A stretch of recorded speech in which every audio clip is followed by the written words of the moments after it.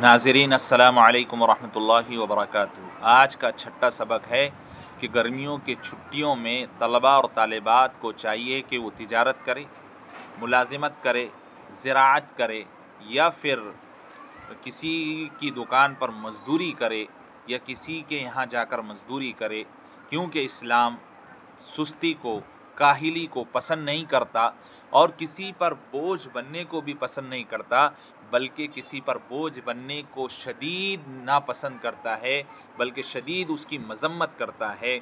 हम 25 साल के 30 साल के नौजवान हैं, लेकिन हम अपने वालिदैन पर बोझ है कि हम उनको पैसे नहीं दे सकते। उन्होंने हमको अपनी गुर्बत में पाला पोसा बड़ा किया और वो हमारे से सहारा देख रहे हैं, लेकिन आज फिर भी अगर हम उनका सहारा ना बने, हम उन पर बोझ बने, ये क्या फ़ायदे की ज़िंदगी कि तुम्हारे वालिदैन जब तुम पैदा हुए थे तो बहुत ज़्यादा गरीब थे और तुम जवान हो गए, 25 साल के 25-30 साल के नौजवान हो गए और फिर तुम्हारे वालिदैन उससे भी ज़्यादा गरीब हो गए, उनके पास दवाई के लिए पैसे नहीं, खर्च करने के लिए पैसे नहीं, तो फिर इससे ज़्यादा बदकिस्मती क्या हो सकती है।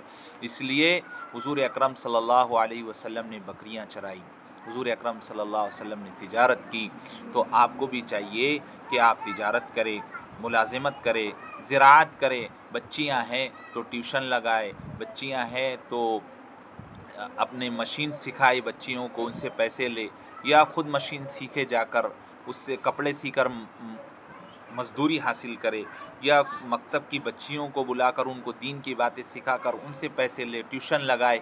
और हमारे नौजवान कहते हैं कि हमारे पास, हम तिजारत कैसे करें, हमारे पास पैसे नहीं हैं, ये नहीं है, वो नहीं है, बहाने करते हैं।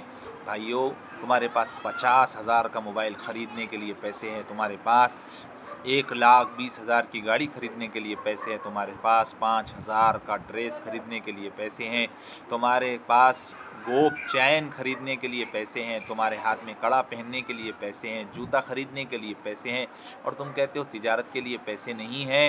ये तो ज़ाहिर सी बात है, गलत बात है।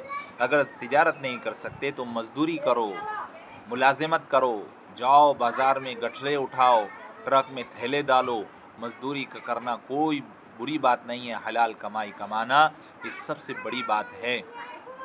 ज़ोमैटो पर जाकर खाना डिलीवरी करो, इसी तरीके से मीशो पर सामान लोगों तक पहुंचाओ, इसी तरीके से आप दूसरों की यानी दूसरों के दुकान पर जाकर मुलाजिमत करो। तो ये आप करोगे तो आप अपने वालिदैन पर बोझ नहीं बनोगे।